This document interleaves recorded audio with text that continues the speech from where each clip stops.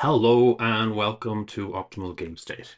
So today I want to talk about kind of two things. I want to give a little bit of update of where I am at on my own project, but I also want to talk about the idea of getting ready for a big project, and some of the things you should kind of consider and understand before you get stuck into it. Okay, so let's see. I've got a bit of a scattering of things in front of me. Uh, for Christmas, if you follow the channel, I always like doing some sort of Christmas Warcry. And in this case, I had a ton of gobos just sitting around, and I had a lot of the squigs. And squigs are very Christmassy because they're basically just red balls and teeth. And as we all know, teeth are very Christmassy. So the colors are nice. And even though the bases for them, so the bases tend to be kind of underground stuff. In this case, just doing them as normal and then sticking some snow on it just looks really good. So I've been really happy with these. What did I have? So I had a box of squigs. I had green cracked loon court. I had a box of 5 squig riders. I had this guy. And so they're all done. And I just, I'll explain partially how I got through them. I just have this guy left. So as you can see, there's a couple of the Christmas presents still need to be done, but largely it's all painted up. And then the idea for the Christmas event, still need to sit down and put together some more cry rules for it, but it will be, maybe a 3-game set where my brother, who I normally rope into Warcry games over Christmas, is going to have to fight his warband across 3 different scenarios. So we're probably going to have to get Christmas presents getting robbed. I regularly do Christmas ones, so I do have a set of square cubes that have been painted up to look like Christmas presents, and we'll do those as kind of objectives too. I'm not exactly sure how we're going to do it, but that is a thing. These here are the last 2 of the Hero Quest box. So I need to paint up these, and then I'll have a full set of Hero Quest. Why did I paint up a full set of Hero Quest? I was actually kind of a little bit struggling with my painting backlog, and I needed a bit of a break. And Hero Quest aren't the top quality, but having a set of them was going to be something nice. So I just started, and I just slowly worked my way through. And because maybe I'll show the models off another time, but because they're not super nice models, I don't have to do a super great job on it. So yeah, I enjoyed myself. So as you can see, this one is actually painted in the brown, so it was undercoat and then contrast brown, and then at some point I will paint in these, and then this is the last guy to do, so I'll try to do it nice. When working through those projects, something that is kind of key is understanding what you're going to be painting it with. So I'm very used to doing red because GW have a very clean set of colors that you can do for your red. So what is it? So normally corn. Is it corn red? There's like a dark red. I think this one is one. Go for one of the contrast reds. So I think this was actually Blood Angels red. But there is a 3-part set that is very good for doing reds. And look, you'll find this in most sets, but I know a lot of people are common with GW. So Mephiston red as the lowest, then Evil Sun Scarlet for mid, and then Wild Rider red for high. Like just that, like having a set of 3 like that is really, really handy. When you're getting into a big project, personally, I often find working out what to do for elements is a big issue. So yeah, I haven't quite finished off all the presents, and one of the reasons is I don't necessarily know what colors to do them in. So that is something that I will work on, and if for the rest of them, I was able to kind of fly through because I had the scheme I knew I wanted for the green skin. I had the scheme for the red skin. I knew what I wanted to do for the mushrooms, just doing them purple, and I knew what I wanted to do with the base. Because I had all of that outlined, I'd already picked out the paints. That made things a lot easier. The reason why I'm thinking about this at the moment is I made a terrible, terrible mistake. They say eventually all wargamers become train enthusiasts or historics. So when I was very, very young, my dad got me some Prince August Napoleonic miniatures. I don't think they necessarily were doing lead, but if they had been, I have inhaled a lot of lead over the years, so it was inevitable that I would be getting into historics. So this is the Warlord Games Waterloo campaign in the Epic scale. So I think these are like 13.5 mil scale. Um, don't have a 28 millimeter to compare. The There's a lot of it. So if you look at this, we've got strips. So 1, 2, 3, 4, 5, 6, 7, 8, 9, 10. 10 strips. And what these are going to end up being is um, 2 strips to a base, and then 4 strips goes into a regiment, and then at the bottom here are 95th rifles, which are sharps boys, as it were. And then you've got some cannons, and then just an officer to order them around. So I have been working through this. There are 16 of these sprues to get through, and then there is a second box of it all for French. I'm not going to be getting through this in a hurry. What I need to do, what I should be doing, um, is planning it out to a certain extent. Now, I will say, um, it's healthy to understand how much time you have and how much is available to you. I haven't really done that because I have a decent amount of time available to me. I don't have kids. My job is just 9 to 5. I don't worry about it afterwards. I don't have a lot of social engagements. Painting is my comfort zone, so I'm happy enough that I can do that. At the same time, it is important to forgive yourself if you don't. Often, what happens in New Year's resolutions is people say, I'm definitely going to do this, or I'm definitely going to not do that. And then when they fail one day, um, then they've failed, so the entire thing collapses. Not how you should be doing it. You should be acknowledging that you have failed, accepting that it happened, and then forgiving yourself and moving on. So the idea here is if you set yourself up to say, I'm going to paint 2 nights a week, and if you miss a week because you're busy, something's on, just get back into it the next week. Forgive yourself for having missed those 2 days, and then just try to get back into it. And look, if you have to change things around, or if circumstances change, that is totally fine. But what else can we look at? So schemes, getting the scheme together. Now I've done that for the British, and this is probably another thing that you can do, is do some test schemes. So you kind of get an idea of what it's going to be like, how long it's going to take. I'm doing these in a detail that I'm happy with. I probably shouldn't be doing them at this level, but I think once I've got a couple of hundreds of these sitting on a table, it's going to look awesome. So you can see I'm painting them in a single strip. I think it's Miniature Realms. I'll link it. One of the guys has been going through these and doing a lot of it, and I went through that guide, worked out all the paints I needed to follow that guide, some of which are sitting on the table and are back here.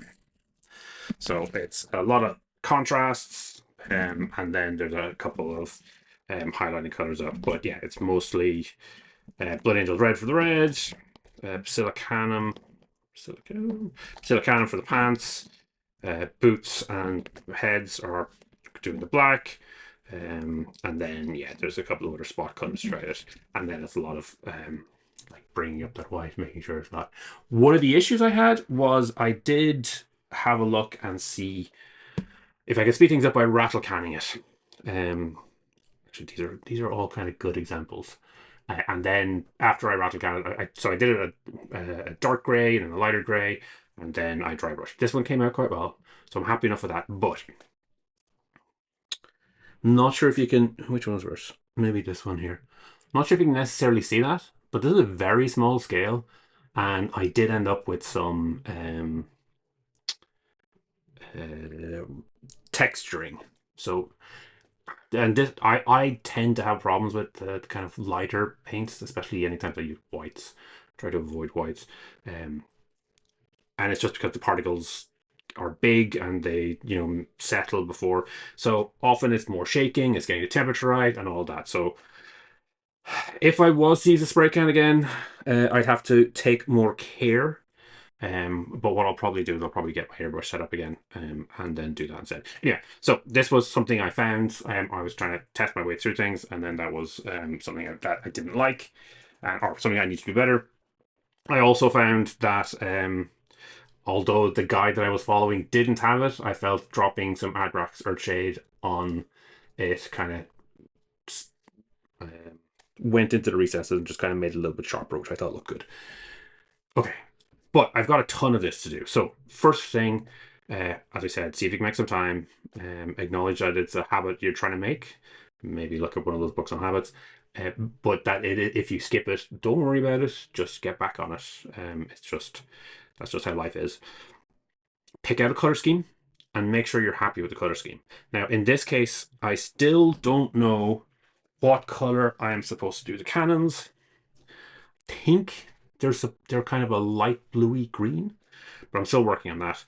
And then I haven't yet got a scheme for the artillery guys. I think it's a blue and white scheme, so I need to look into more details for that. I haven't gone into it. I haven't done 90 rifles, but there is a scheme up on that YouTube channel, which I will be using, and then after I've tried it out, I will get to work on that. So I've put myself in a position where I'm going to be doing this for a while. Now, this is one that I did this evening, and it is finished. And then this one is one I did yesterday, and it basically takes me a sitting, so it's like 2 hours, 3 hours to get one of these completely done. So each strip takes me about an hour, maybe 30 minutes, something like that. If I start batching them, it might go faster because I have been taking it from end to end. But maybe if I got 2 or 3 of them in a row and I'm doing red, red, red, red, red, but at the same time, you do need to kind of factor in your own stamina for that. I have found that if I try do groups of more than 5 or 6, it just ends up being a little bit too much for me. I just kind of lose focus, and I will come back to the project a month later having actively avoided it. So that can be a problem. So at the moment, I'm just doing them in individuals. That really isn't enough. I'd probably try switch to doubles, and then we'll see where we go from there. So this is a sprue I'm working through. But as you can see, this is the infantry sprue. So there are 8 of these red guys that we're looking to do, and then there's 2 that are going to be in dark green, separate one, and then you've got the officer and we've got the artillery. So what I'll probably do is I'll probably work my way through just these British redcoats for a while, and then I might come back. Adding some variety in is good. So if once I work out a scheme for the 95th, doing those might be good for kind of breaking things up. And it's also important to have other projects on. So yeah, I did mention I looked at the hero. I've been doing hero quests, and one of the nice things about these guys were okay. I'm trying to get really low level detail on these guys. They're not super exciting paint jobs, but they are. It is detailed. Like when I'm doing these, there's maybe a little bit more blending and kind of color gradients and stuff like that because it kind of looks cool. So it's a different style. When I'm doing models like the Hero Quest models, because they're kind of board game models, the effort I'll put into it is going to be a lot lower. When I'll do this guy here, I'm probably going to do the skull in bone. We'll probably do some purple. We might pick out some details, and then we'll do a lot of silver. We're not going to do a lot of work on it. We might do a little bit more on this guy than we had before, because obviously he's the big bad in theory. Anyway, the point is, for those kind of models, you kind of take, you can lower your expectations and kind of get through. So that's all. It's a really nice scenario when maybe you're struggling up against something that you're trying to get done. Maybe you're stuck with some of the colors and you're quite sure where you want to go with it. Just having something simple that you can work through and you know what to do is good. Also, don't be afraid to go and do something fun for a change. I don't want to drop these. Don't want to drop these. So these are the K-pop Demon Hunters, the Huntrix. So I haven't finished them. I've gotten to a level where they're definitely recognizable. The colors are right. These can go into Necromunda bases already, or I could put them into a game of Warcry. I just need to put together some rules. So yeah, they're a bit of fun, and this is a situation where I could probably put together a game for my wife with some of these, make some fancy double and triple abilities in Warcry, and then all of a sudden we've got a cool game for someone who actually likes the Huntrix fighting scenes. We could even put them up against a bunch of Squigs and Goblins, and it could be maybe that's something I could be doing for Christmas game. Anyway, the ramble here is we're working on a new big project. And it doesn't have to be big projects. Like the Squigs that I just did recently took me about 2 weeks. But before that, I'd already worked out all the colors I wanted to do and what I wanted to look like. So that kind of sped things up a lot. Oh, I did the assembly beforehand as well. They were sitting around assembled for a while. Anyway, pre-planning, getting ready, and then just after that, it's just going to be getting in and doing it. But while you're doing it, forgive yourself if you take breaks. Think about the long term. Think about what it's going to look like at the end, and don't be afraid to go on a bit of a detour and give yourself a bit of a break, something a little bit refreshing. Anyway, that is all I wanted to say about for this one. If you haven't planned a Christmas game, or if you have the time, even this is the 19th, so it'll probably go out on the 20th or 21st. If you have the time to get together a Halloween game of one of your favorite games, that could be awesome. Alternatively, this is right now is the right time to start planning for a Thanksgiving or for a Christmas game, if that is something that you'll be able to get in. Thank you very much for listening. Have a great week, and I will talk to you soon. Thanks for making it all the way to the end. Hopefully you enjoyed this video. Each week, I put up a new video talking about one of Games Workshop's specialist games. The goal is always to try and make the best possible two-player experience. If this is something you'd find interesting, please subscribe to the channel and comment to let me know what you'd like to see in future.